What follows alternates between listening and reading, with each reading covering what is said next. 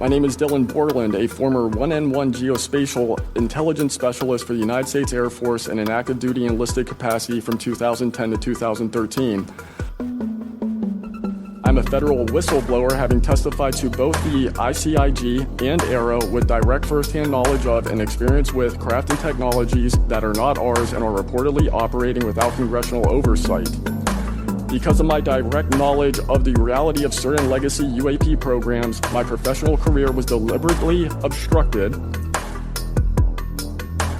During the summer of 2012, my team was on standby for weather and I returned to my barracks on base, and at approximately 0130, I saw an approximately 100-foot equilateral triangle take off from near the NASA hangar on the base.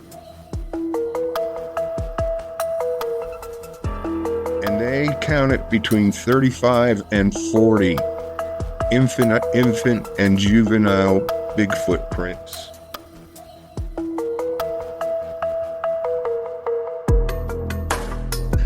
What I can tell you right now is you're telling me things that you can't find on YouTube or you can't find on any books. You have to be a researcher in the field to know certain things that are not out there, and you're hitting all the things that are not out there.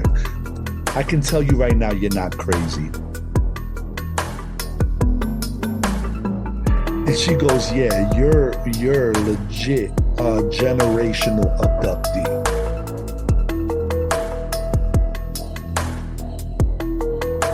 In the middle of the woods at the moment. Yes, sir. I'm familiar with the area. What the? What was that, sir? That's not human! That's not human! Sir, are you okay, sir? There's something in the back of my truck! I have confirmed on the record that Robert Bigelow and a trusted colleague from OSAP met with and negotiated with senior executives at Lockheed Martin and hammered out a deal wherein Bigelow's company, Bass, would receive a quantity of unusual material that had been stashed away and protected at a facility in California. That material was not made here.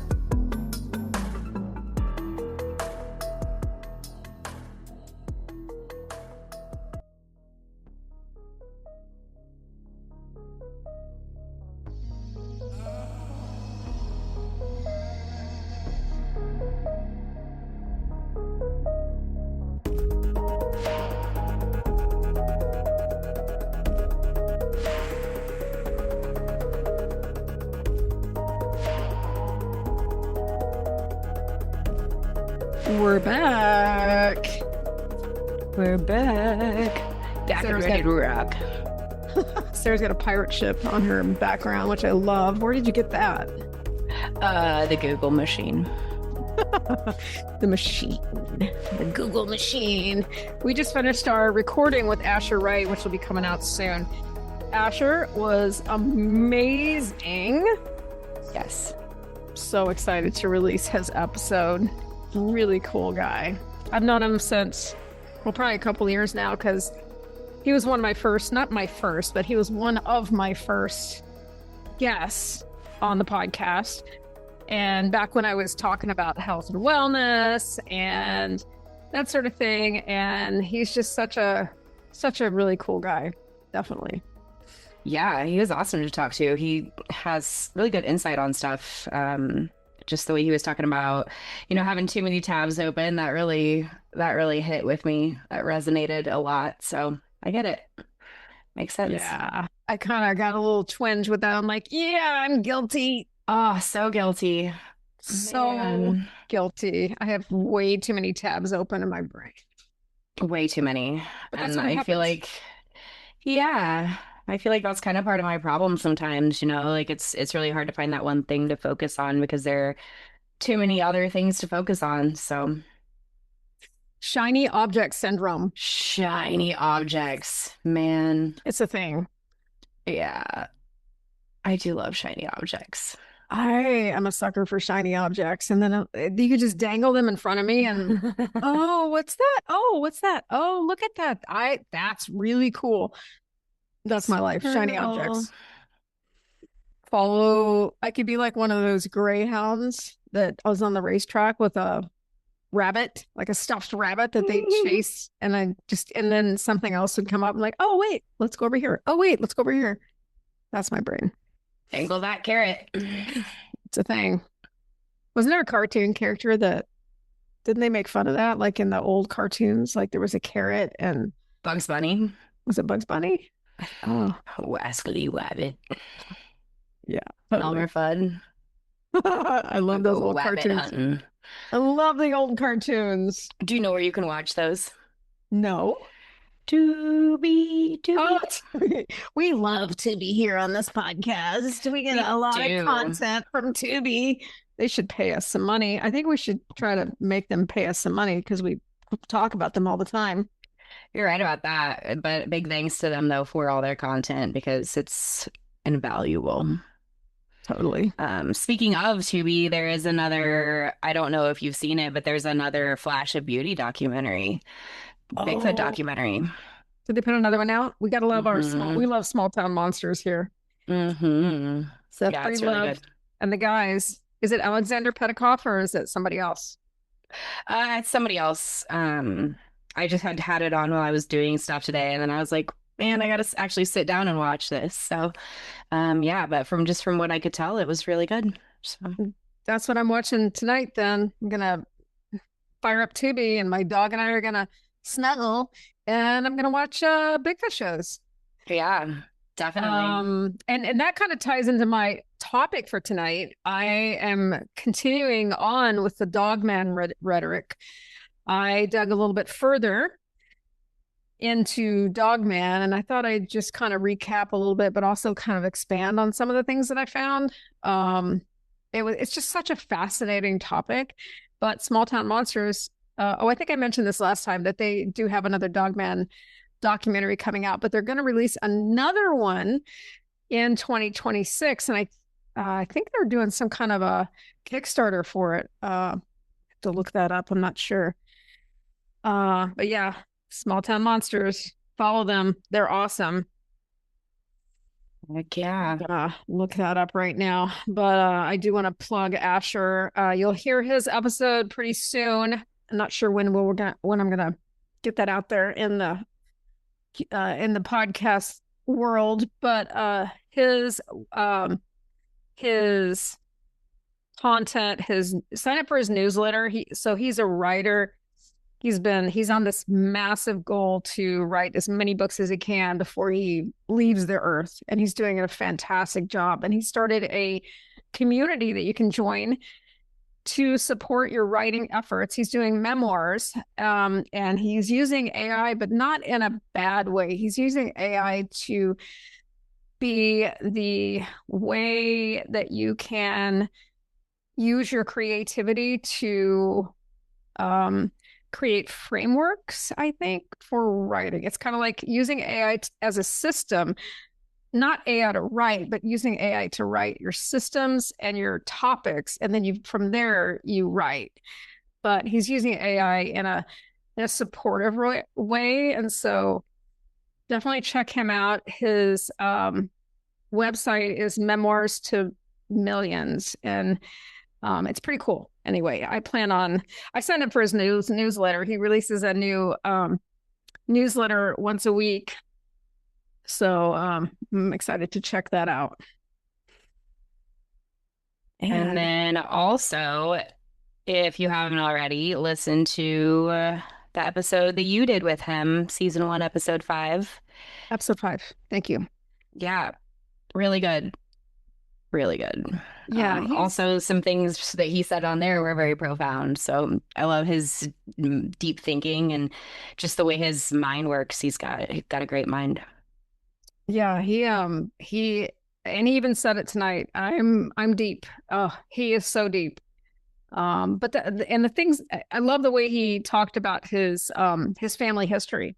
Mm-hmm. So he's just got I think he's got a wealth of knowledge to share, pretty much just about anything. And he's a unique individual. And I love having him on the podcast because he always brings such really great ideas and wisdom. Yeah, absolutely. Yeah.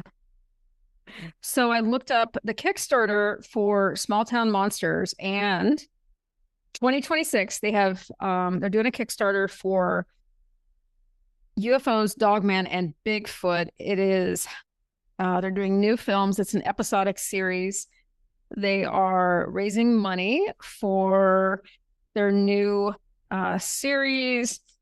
I'm trying to see, what does it say? It doesn't say too much on here. Oh, Dogman Legacy is one of the films. Journey to Ape Island is another one. And then On the Trail of UFOs season 2. And then also the Sasquatch Factor. So there's, oh gosh. And then Werewolf, Dogman Legacy. It just keeps going on and on. There's a bunch of things that they're trying to do Kickstarters for to raise funds to produce these documentaries. These documentaries cannot be cheap. So they are really one of the grassroots groups out there putting out some great content. So yeah, if you can spare a dime to throw it their way, that would probably be great. Yeah. Heck yeah. Absolutely. So here we are. What anything exciting happened to you this week? Oh, the weather got warm. I don't know. I feel like, I mean, it was only like 3 weeks of being cold and snowy and gross. And then the snow lasted a long time just because it was cold, but it was, oh gosh, like 70 today and yesterday. And I am so loving like being out and enjoying the warm weather. Makes me really happy. Yeah. It was 85 here today. Yeah. 85. That's pretty toasty. I know. I have my air conditioning on at this moment. I feel like I'm dueling mechanical systems. Yeah. I had turned it on yesterday actually, and it was weird because it had been on heat for like a month, and then I switched the little button over to cool, and it clunked and made this really scary noise. And I'm like, okay, well, hopefully it's gonna work. Yeah, mine did that when I first moved in here and went from the air conditioner or the heater to the air conditioner because I moved here in January, and I had to call the front office because when I turned the air conditioner on, it was blowing heat. And so I called down to the office and the girl's like, "Oh, well, it's just your HVAC system's just confused. So flip the breaker, let it sit for 5 minutes, and then turn on whatever you need to turn on." And it worked. So maybe your HVAC system's just confused. I think it's confused. I think I'm confused. I don't know whether to wear I have my flannel shirt on, but it's probably down to 65 now. Well, I mean, it can't, Yeah. I don't think it's 85 anymore, but it definitely got up to 85 today because I went and got my tires rotated for my upcoming trip. And it was like, I'm freaking hot. I dropped my car off and walked over to Starbucks and read my material for tonight, and then I walked back and I'm like, wow, I'm like sweating. Yeah. Almost summertime. You're getting out of there just in time then, because yeah, you'd be headed toward the 100-degree temperatures. So, oh yeah, it's gonna happen. So yeah, but I'm really excited. I have the most amazing cat sitter that's gonna help me out while I'm gone for my trips to Colorado. Very cool. She's lovely, and she's just amazing. So and it makes it, when you have to travel, like knowing that there's someone that you trust that can, like check on your cat, and I mean, or whatever your pet is, it just makes it a little bit less stressful because like there's nothing worse than traveling and like, gee, I hope my cat's okay. Right. But yeah, I have that feeling a lot.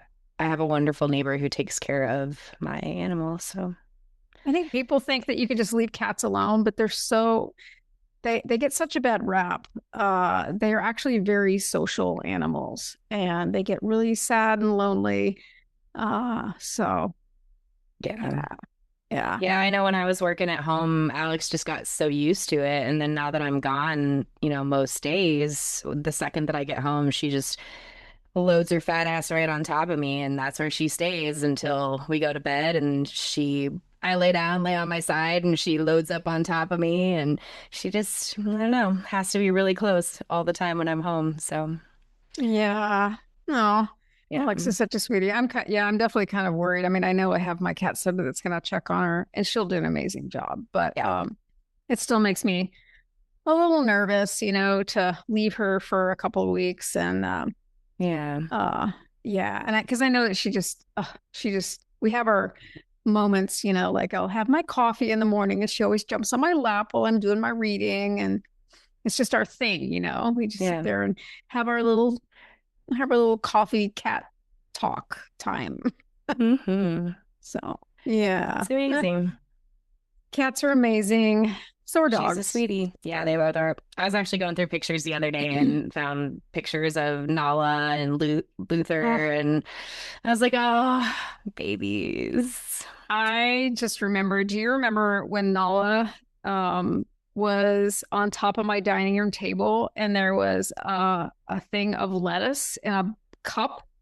Do you remember that? We were laughing our butts off. She was like eating this leaf lettuce. And I had a video of her. She was just like chomp, chomp, chomp, chomp, chomp, chomp.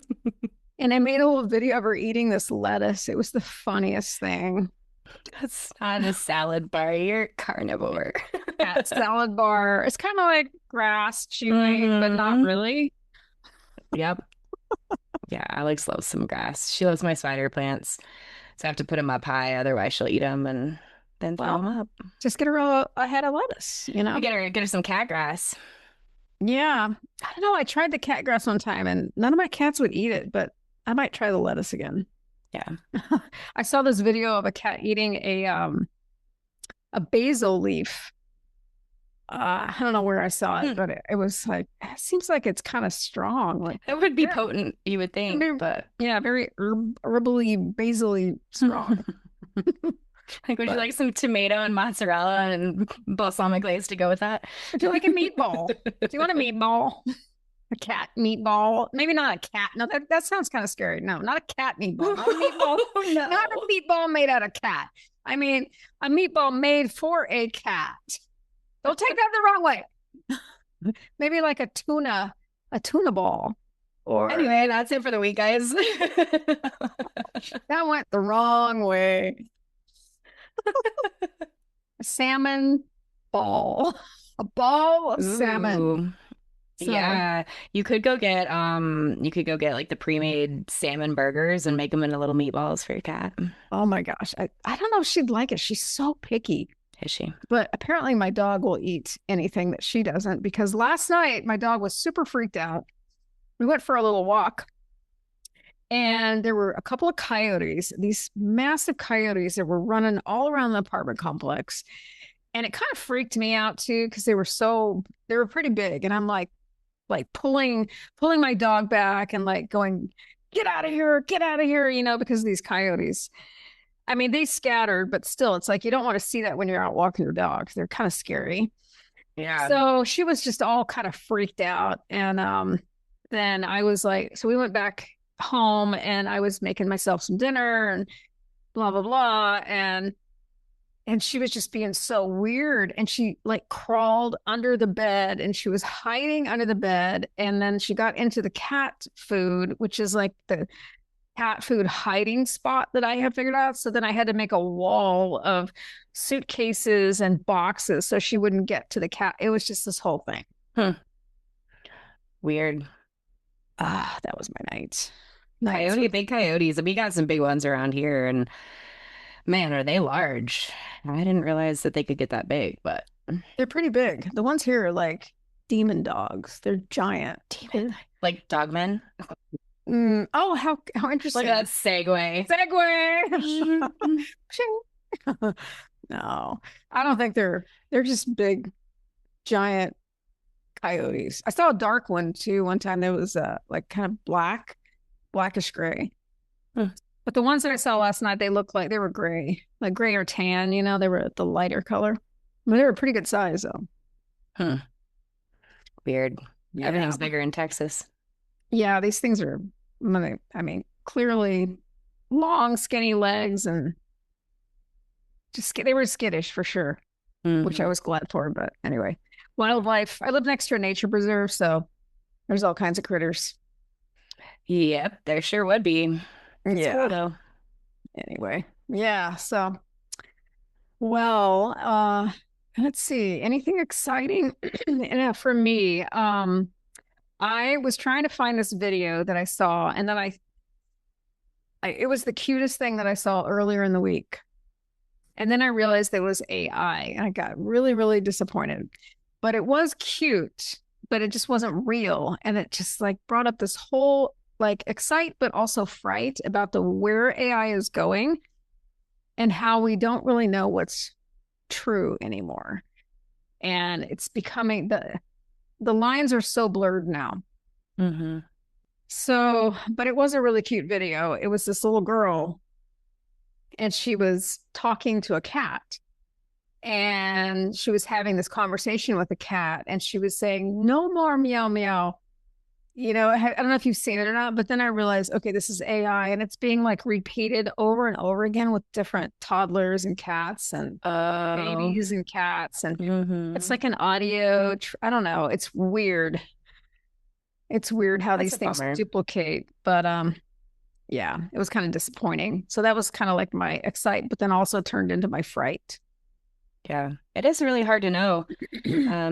I mean, like I saw one today that I would have sworn was real, but it was a cat and a raccoon sitting at a table eating Fruit Loops together, and the raccoon had sunglasses on, and the raccoon would like reach over and eat some Fruit Loops out of the cat's bowl. And I was like, man, I would swear that this is real, but I don't think it was, but it sure was. Cute. Yeah. Yeah, it's becoming strange. The video, like I'm okay with AI, like using it for like what we were talking about with Asher about using it as a tool to help you write, not necessarily to write, but to create like your outline and your topics and to narrow stuff down. And I think that's very useful. Mm-hmm. I don't think it's okay to write. And I also don't like the video AI creation. I really do not like that. It's blurring the lines of reality, and we don't really know what's real. Yeah. And so I think that there's a time and a place and a use for it, but it's just become so mainstream. Yeah, you can't really trust anything anymore. Mm-hmm. And so that yeah, I was listening to a podcast earlier today about, they were talking about Bigfoot and AI and how you can't really, like, video's not reliable anymore. Like the old videos, like the Patterson Gimlin film, totally legitimate. But then anything new, like there's always this risk of, was this created? And so it's just not going to work for documentation. We're going to have to find hard evidence, meaning a body or a corroborated, like, I don't even know, it maybe just a physical specimen. Yeah, they were talking about that on A Flash of Beauty, the newer one. They were talking about how it's, not impossible to find a body, but they actually showed just the decomposition process of like a deer and how, it would have to be something that we'd stumble upon pretty quickly after a death. Otherwise, it goes back to nature. But I mean, I just feel like anymore, that's kind of why I prefer to look at the older Bigfoot footage, because it's going to be way more reliable than anything that's going to come out that's newer. Absolutely. Yeah. And we need it to have like stable evidence, like a body or like, something like that. And I think they had also said something about that they have been found, but like nobody wants to release the information because of the mayhem that it would cause. But I don't know. I don't necessarily think so. I don't think it would be a problem. I think it would be an amazing discovery, but there's so many layers to that. So many layers. So many layers to that. Yeah. But yeah, that kind of segues into the book that I'm reading, Valley of the Apes by Michael Mays. I'm about halfway through the book now. It's so good. It's such good writing, and it's such an easy to zip through book. And he basically is talking about the different, so basically they had, they were in area southeastern Oklahoma, and it's right on the Arkansas border. I kind of figured out kind of where it's at. It's near Honobia, Oklahoma. And I wrote down the name of the river. Can't remember what it was. Kiamichi. It's in the Kiamichi River area. And there's some state parks around there. There's some trails. It would be a really good area to go to. And I think there'd be some good camping opportunities there. Definitely some trails. But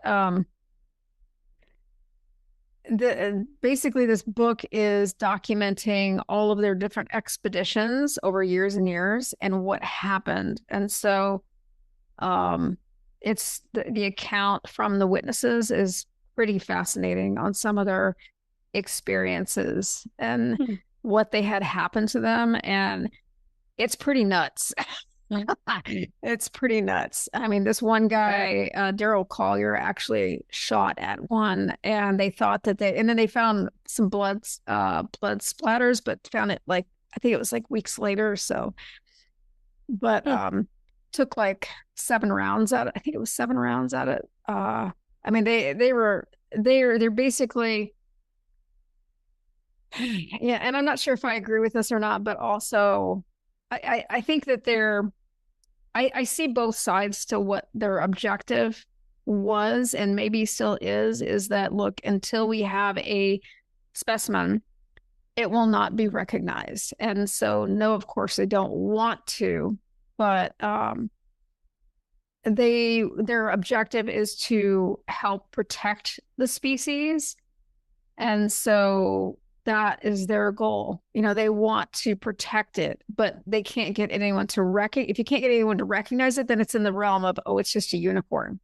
Right. You can't protect a leprechaun. You can't protect a unicorn. You have to have it completely recognized in science. And so, I mean, I see their objective and I understand it. I'm not saying that I totally agree with it. I wish there was I don't know.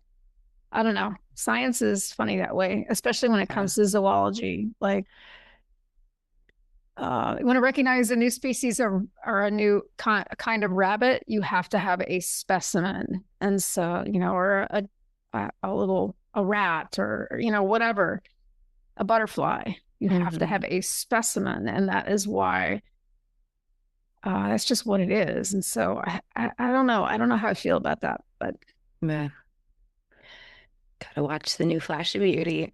Yeah. So and that is on Tubi. That's the one you watched? Yeah. Okay. And what's the name of it? Because I've seen the first one. So there's Bigfoot Revealed, and then the other one, Paranormal Bigfoot. Okay, so that's so they've got a couple of them out. I've seen the first one. I haven't seen that's on my list now. And that one came out in 2024. Well done, both of them. Oh yeah, the Flash of Beauty. Those guys do a great job. Yeah. And I had the chance to talk with one of the witnesses at Phenomicon, and he is a really nice older gentleman, and he was in one of the original Flash of Beauty movies. And his name's Daryl. Is it Daryl? Daryl Wilson. Very nice old man, older gentleman. And I tried to get him for an interview, but he does have some memory problems. He's got a head injury or something. I can't remember. Or maybe it was, actually, I think he had cancer. So anyway, he's dealing with some health problems now. So I don't know if I'll ever be able to get him on for an episode, but he does come to Phenomicon because he lives in Vernal. Oh, nice. Yeah. And so hopefully I will see him this year again, and maybe by then I can have maybe some recording equipment with me, and then maybe I can get some on-spot interviews. I kind of would like to start doing that for the podcast at some of these conferences. So we'll see what I can put together. But yeah, definitely got my tickets. I'm pretty excited about that. Nice. Yeah. So should we jump into our topics? Yeah. You want to go? Who went first last time? Oh man, I don't remember. I don't remember either. I think you did. So I think that means me. So I decided to expand a little bit more about Dogman. And it's just such a fascinating topic. And I actually might even, before we started, I printed out another like 17 pages of information that I was able to pull together. So this might go on for a few recordings, which is fine. Because last time I felt like I hit it with like a fire hose. It was just topic. Mm-hmm. So this time I thought I'd talk a little bit more in depth about some of the topics. One thing I thought was interesting that I found out was that you know how because we were talking about werewolves, when you think about werewolves, you hear about like they're vulnerable to silver, like the silver bullet, and like silver. And also there's this archetype, I think, of where they transform in a full moon. And so I tracked down where that kind of came from. And it actually started in 1941 of a film. So it wasn't part of the oral history or anything. It actually was created in Hollywood. So the name of the film was called The Wolfman. It was the one with Lon Chaney Jr., the full moon transformation, the silver vulnerability. And it wasn't even a bullet. It was a silver handled cane that he was weak toward, or that it had power over him. So I thought that was really interesting. And then there was another film. This one was even before that one. It was a silent film, obviously. It was in 1935 called Werewolf of London. This was the first major Hollywood werewolf film, and it established the idea of lycanthropy as a contagious disease passed on by a bite. And so this was interesting because that kind of brings into it like a little bit of vampire lore also. So I thought that was kind of an interesting monster mashup into the world of the werewolf. And then we talked a little bit about lichen. So this is actually a phonetic misspelling, kind of. It came about through modern fantasy literature and role-playing games, and it meant a specific fictional race or clan of wolf people.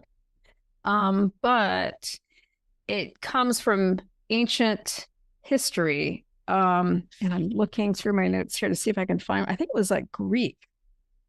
I'll have to maybe come back to that one, but the history of the lichen. So that was kind of interesting. I wanted to touch on, because we talked about the DJ Steve Cook at a Michigan radio station called WTCM FM in Traverse City, and this guy wrote that song "The Legend" in 1987. So he also maintains the Michigan Dogman website, and he has actually collected thousands of eyewitness accounts sent to him over the past 40 years. So this guy has been collecting actively, and I did not have a chance to pull up his website, but I thought that was really interesting that he has been collecting this for such a long time, and he continues to collect experience or stories, or did. So I thought that was interesting. And then there's also, I wanted to mention this. I did not have a chance to look this up. I was going to maybe pull it up and play some of these, but we can let the listeners find this. But so there is a Dogman Encounters radio show. It's hosted by this guy named Vic Cundiff, and that's spelled Cundiff. He has a massive repository of audio interviews with people claiming to have seen the creature recently. And then you can submit a report to that guy. And I did not have a chance to look up his thing, but I'll see if I can find it and post it and put that in the show notes. Let's see, what else did I find? It was kind of like I had all these notes that I had found, and then I thought, I'm just going to continue like digging into it a little bit more and expand on some of it. Okay, and I think last time we talked about the ancient origins of the werewolf. Mesopotamia, from the Epic of Gilgamesh, Greek mythology. Oh, this is where lycanthropy comes from. And this is interesting. The word lycanthropy, which also, that's where lichen came from. And also the other multiple spellings of lichen. It originates from the legend of King Lycian of Arcadia. And then to test Zeus's omniscience, Lycan served him a meal of human flesh. In fury, Zeus transformed Lycan into a wolf, ensuring his physical form matched his savage nature. So that was kind of interesting. It kind of goes back a long ways. Then there was also another one. I don't know if I mentioned this one, but there was also another Greek. So there's a lot of stuff from Greece, which I thought was interesting. But Herodotus in 425 BCE, he was a Greek historian, and he recorded a tribe known as the Nuri, who supposedly transformed into wolves once a year for several days. So there's this whole oral history of transformation around, sounds like moon cycles. And so maybe that's kind of where like this moon association came from. And they were able to pull that from like this mythology. So I thought that was interesting. I think some of this other stuff we talked about, medieval superstition and trials, but there was one that I always love hearing about, the Vikings. But there was a Norse legend that describes these wolf coats, and I can't pronounce this, but these warriors wore these wolf skins. And they were said to channel the animal spirit to become invulnerable in battle. And so they pulled upon this wolf, or like maybe a spirit animal or whatever, to give them invincibility when they were attacking in wartime. Okay, and so then this is really interesting. So if we kind of jump forward a little bit, then when you start connecting this wolf mythology, then you start getting associations and connections to First Nations people. And that kind of makes you wonder, like, all right, where did this lore come from? Did it travel as people traveled and just became a part of their oral history? Or is it something within all of us that we all just kind of know? It's really interesting when you think about that it's kind of universal across all cultures, that you have like some kind of wolf or canine spirit or shapeshifter or mythical beast or whatever. So I thought that was kind of cool. But when we talk about the First Nations people, we get this, the Navajo version of the skinwalker. There's the mention of the Wendigo, which is in Algonquin lore about a native spirit, canine. It's like a coyote spirit. They're described as being shape-shifting beings. So I kind of went down a little bit of a rabbit hole on this archetype thing that's being represented in history. And one persistent archetype that keeps coming up, it relies heavily on the indigenous and interwoven folklore traditions, particularly those of Native American cultures.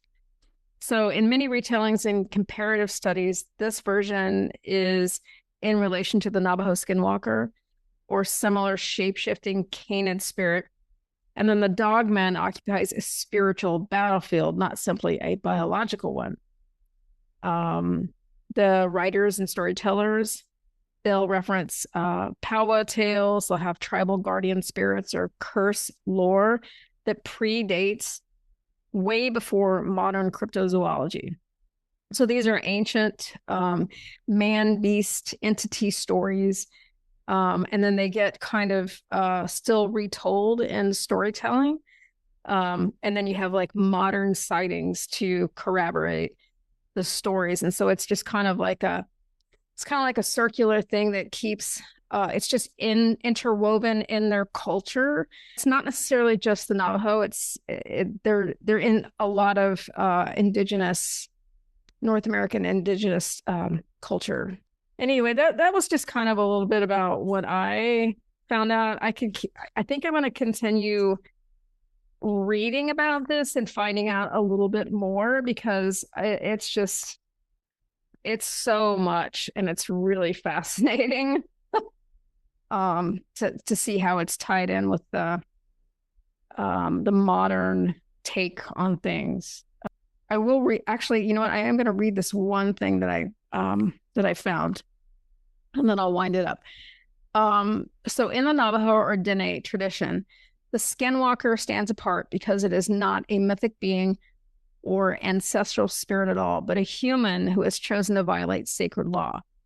Its religious significance is moral and cosmological rather than legendary. The skinwalker exists as a warning about the abuse of spiritual knowledge and the catastrophic consequences of breaking Hosho, the principle of balance and right living. Importantly, this figure is not celebrated, invoked, or ritually reenacted. It's avoided.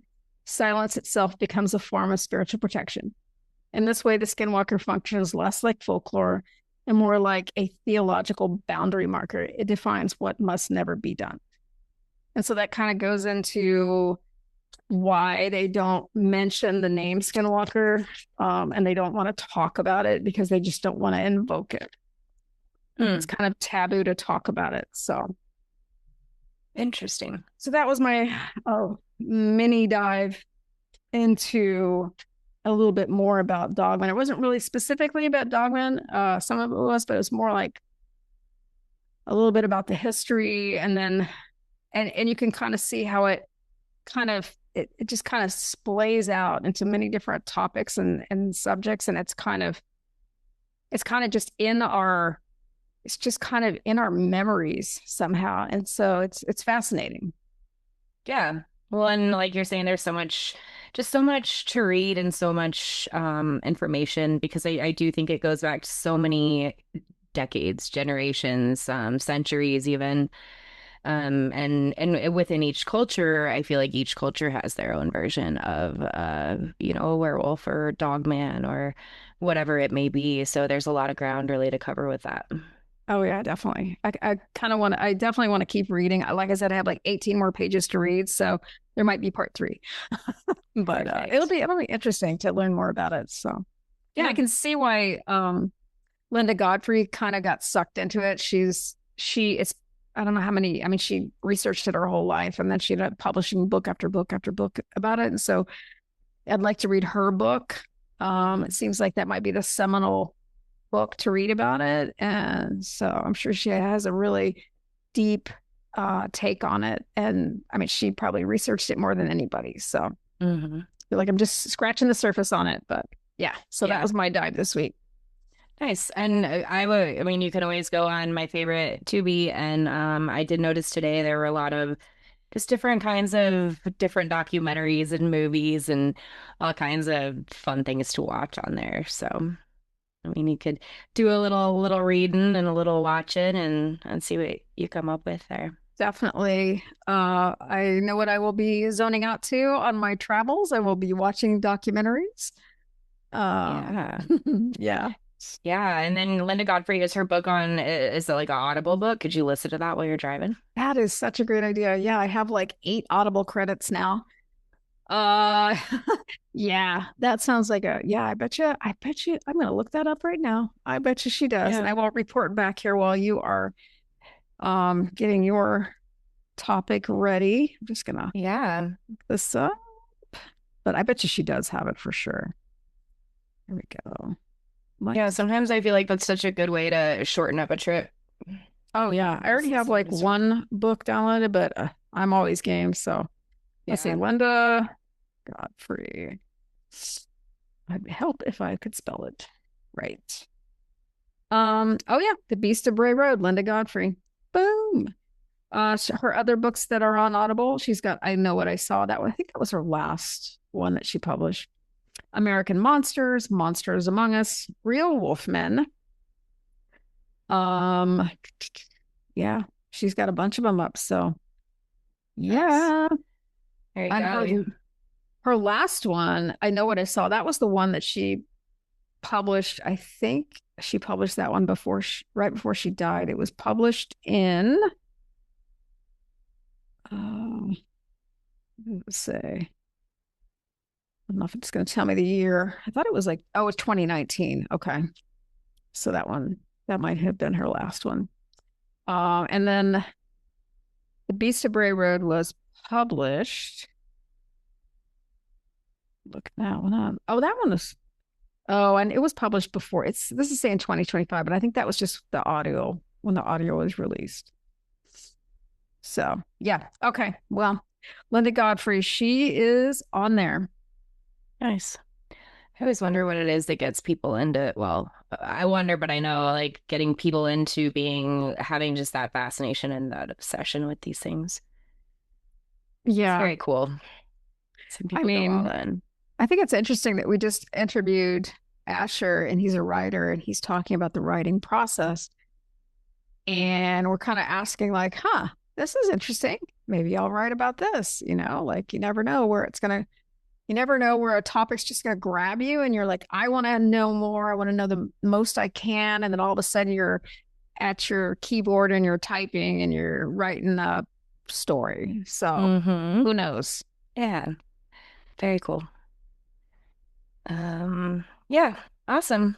All right. Well, thanks for sharing. That's cool. Cool stuff. Yeah. I'm excited to hear what else you learn about it. Yeah. Yeah. So am I. It's going to be cool.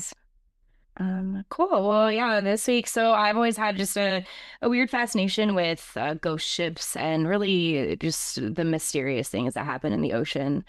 But I was watching, who knows, something about just mysterious disappearances and things. And it might have been What on Earth, another really awesome series where they go look at Google Earth and they find things that they try to explain, and they get scientists in there and historians and all kinds of things, all kinds of people to try to explain the things that they're seeing on Google Earth. So that's also available on Tubi for anybody who's curious. And it's really good. Really well done.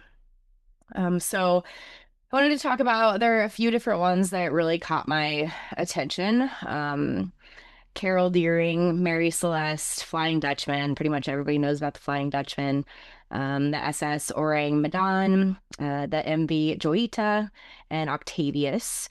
So a few of them just from around different parts of the world. For the Mary Celeste is probably one of the most famous ghost ships. It was an American merchant ship that was discovered in the Atlantic Ocean. No crew aboard.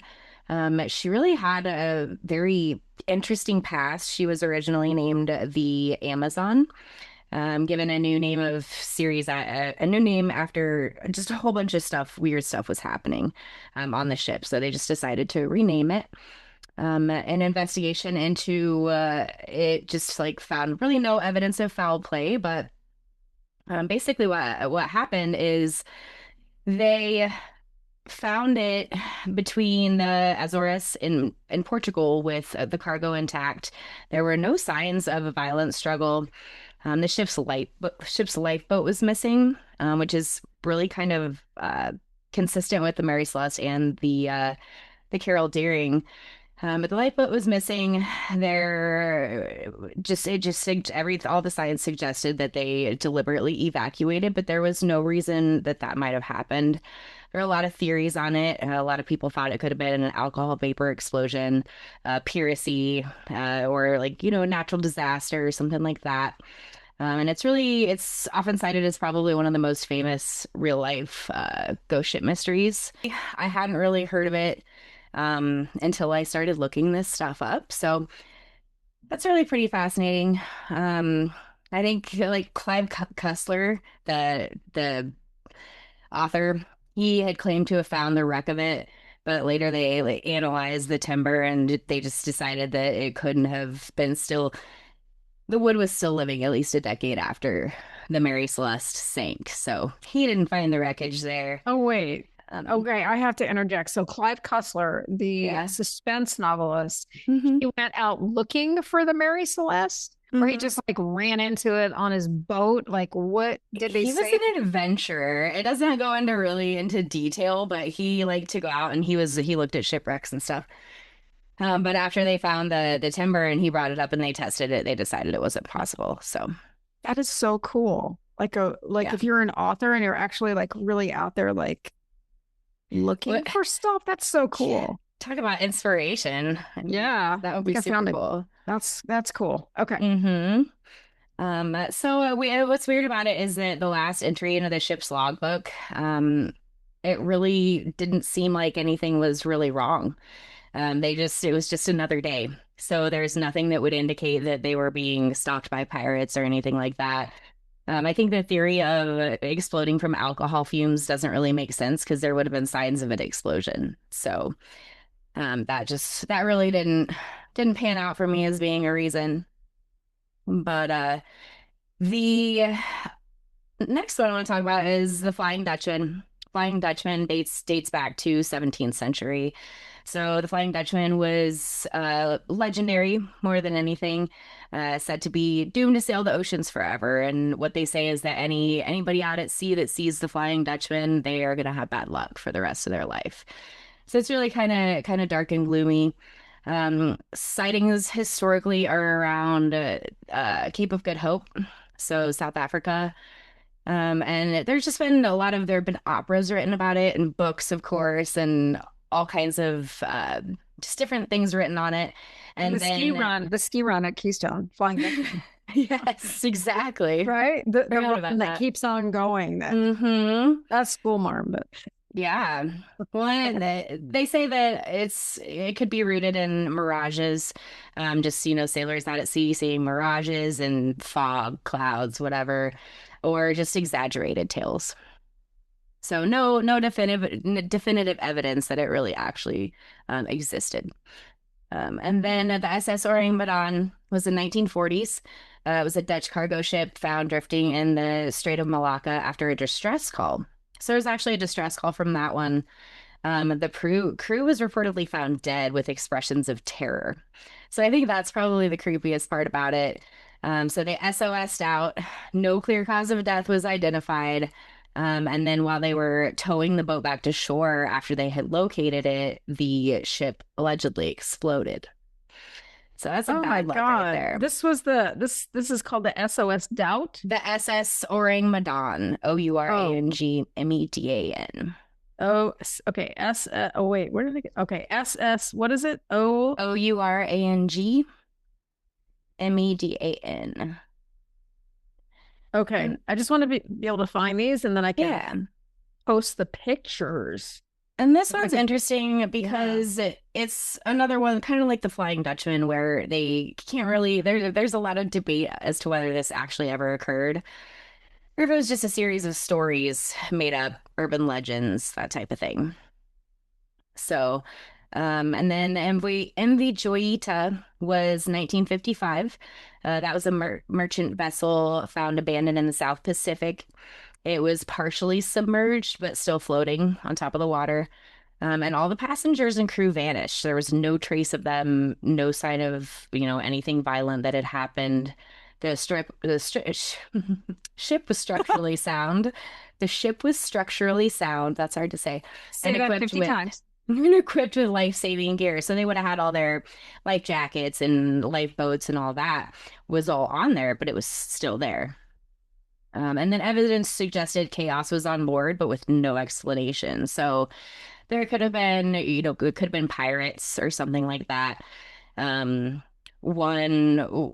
account or one person said that it could have been they were out at sea for so long that they kind of just went crazy and killed each other. And then this is also probably one of the most documented modern ghost ship cases because this one was in 1955. So that was a little bit more recent. And then the Octavius was discovered. Octavius was discovered in 1775. It's a legendary trading ship, and it was found frozen in the Arctic ice. And its crew was preserved by the cold. So Oh, I think there was a documentary, not a doc. I think there was a movie about this, wasn't there? I think so. Okay, I'm sure you're going to mention it. It was the Octavius. No, Yeah. I started reading about this, and I was like, this rings a bell. Yeah. Because he was the captain was found at his desk. He still had his logbook open, his writing in his logbook. It looks like they may have attempted the Northwest Passage and then just weren't able to make it through. And then the final log entry dated years before the ship was actually even discovered, which is really kind of spooky. Like, how long was it out there? Frozen in the Great White North. There was a movie about this. I remember this. It came out a few years ago. It was super creepy. I think there was another one. Wasn't there one in the Antarctic and they got like attacked by something? Or that was just the filmmaker's take on things, but I don't know. Oh man, that was creepy. I didn't finish watching it. I was so creeped out. It was like this creature that kept like attacking all the men. It was basically the same as the Northwest Passage one. I can't remember the name of the movie, but it was super creepy. Man, weird stuff happens up there. Oh, like the North Sea. Oof. Yeah. Oh my gosh. Too many videos on TikTok. Spell? Okay, what was the MG? What was the last one though? I was gonna write that one down. MV Joyita, Joyita. I'll see if I can find pictures. That'd be great to post those. Yeah. And then what year was the Joyita? That was in 1955. So that was pretty recent. Oh man, what a great topic. And then the Orang Medan, what year? Medan or whatever. What year was that? That was in the 1940s. So also pretty recent. These aren't that. I mean, yeah, it's like almost 100 years, but it's really not that long ago, really. Really not. No. And the Mary Celeste, what year was that? Mary Celeste was in 1872. Okay. I feel like there's a lot of people, like a lot of these ships were floating around out there in the time when you probably shouldn't have been floating around out there. Right, yeah. Without a motor. Yeah. Well, I think mean, one of the favorite ones that I researched was Carroll Deering. Carroll Deering was in North Carolina. So just off of Cape Hatteras is where they found it in the Diamond Shoals. And that one's close enough to Bermuda Triangle that it comes up occasionally when I'm looking into the Bermuda Triangle, which I may or may not cover at some point. Ooh, yes. But it was a schooner that was built in Maine in 1919. It was 255 feet long, weighed 1,879 tons. It typically carried just coal and whatever general freight. And this ship is actually historically pretty significant because it was one of the last wooden sailing cargo ships that were built in the United States. That's before they started building them out of steel. So I thought that was pretty interesting. Yeah. And it departed from Rio de Janeiro, Brazil, and was supposed to make it to Norfolk, Virginia, and just never really made it. They departed on December 2nd. The crew had about 12 men, and they discovered the wreck on January 31st. So what's weird about this is that they were seen near the Cape Lookout lightship. So just down kind of south of Cape Hatteras, and the crew was behaving unusually, and the ship was sailing unusually and weird path and weird patterns. Somebody had heard somebody on the ship yell that they had lost two of their anchors, and the crew was just behaving oddly. I was looking for stories and accounts of that, but I really couldn't find like somebody's personal account of that. But they were found, the ship itself was found grounded and abandoned a day after it was observed sailing strangely. That's weird. It did look like they had taken a lifeboat, but there were no signs of any struggle. They were in the middle of cooking dinner, like the food was already prepared, but they hadn't eaten it, and they just disappeared. So that's strange. They weren't able to actually get to the ship. It was found abandoned on January 31st, and because of the weather, they weren't able to get to the ship until February 4th. And once they found it, they just didn't understand like what could have happened, or where they thought maybe piracy. I mean, that's always a possibility. Severe weather could also have been a possibility in February down in North Carolina. That's a thing. Navigational failure. But if they were seen by another ship, they could have asked for help, or they could have radioed for help, or but there's really no explanation as to why this ship was found abandoned. And the spookiest thing was that they were in the middle of dinner. Like, what? Yeah, that's creepy. Super creepy. So A lot of these are weird. I can see why you wanted to like go down this rabbit hole. This is weird. Yeah, it's very interesting. There's actually a museum in North Carolina. It's the graveyard of the Atlantic Museum, which has a bunch of artifacts from that particular ghost ship. But that I want to go to that museum pretty badly. Where is it at? What Cool. is it, coastal or is it graveyard in the It's Atlantic in- Museum? I'm gonna tell my son about Hatteras. this. Hatteras, Cape North Hatteras. Carolina. Okay. Mhm. Wow. That sounds so cool. That'd be so cool to go check out.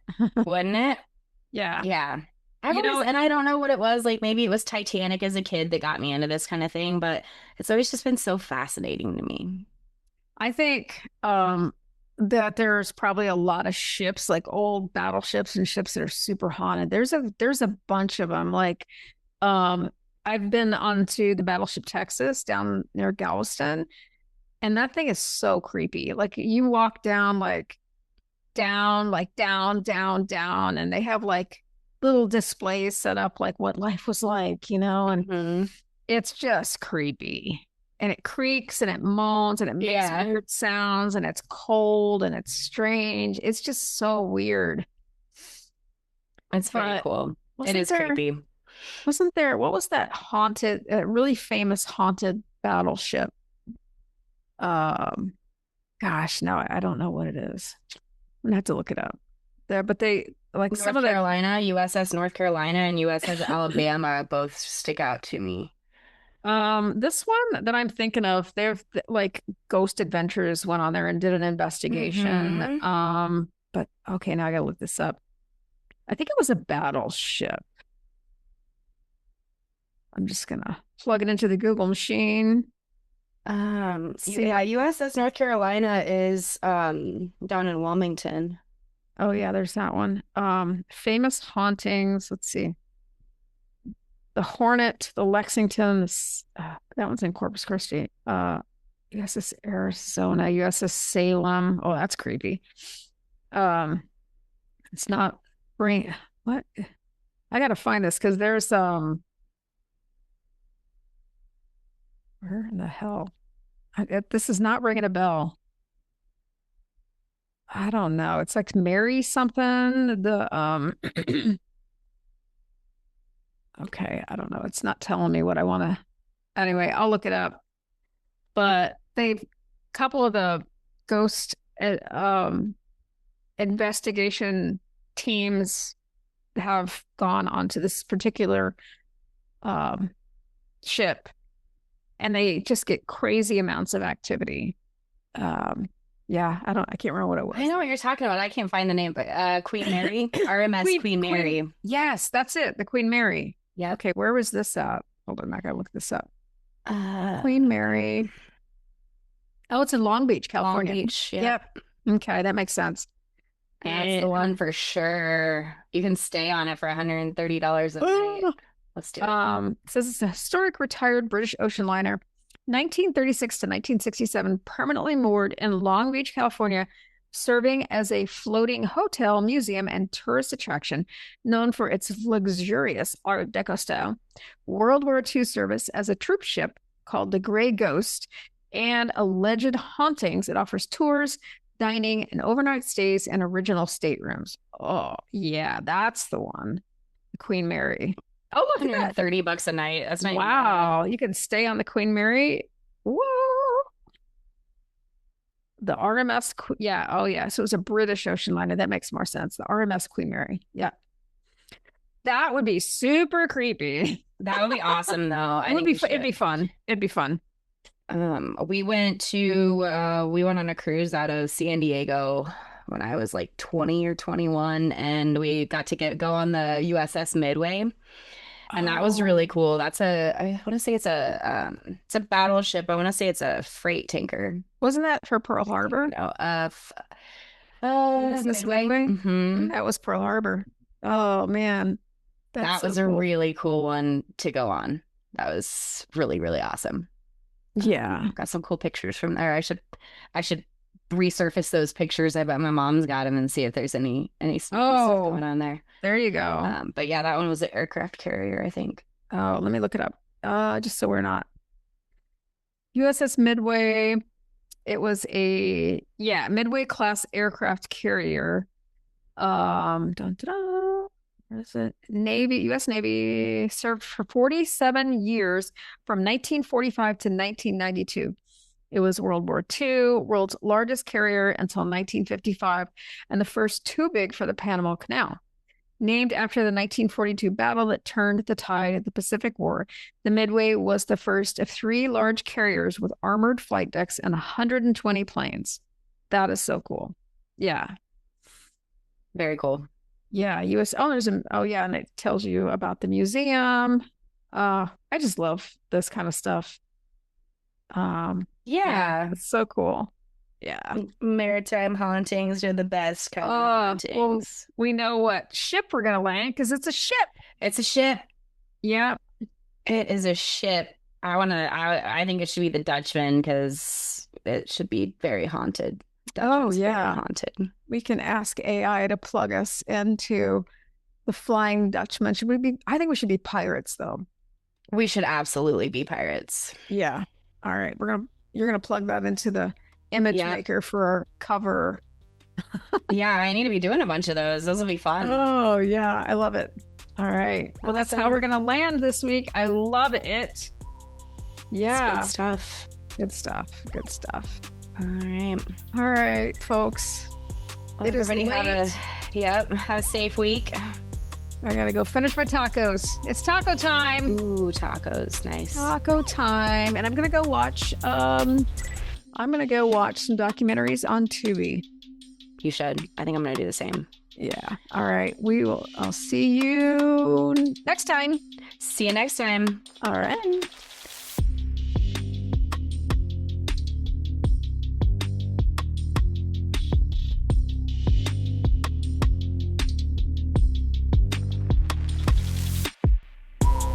Hey, thanks for listening to another great episode. Be sure and like, share, or follow this podcast by leaving a 5-star review on Apple, Spotify, or wherever you listen.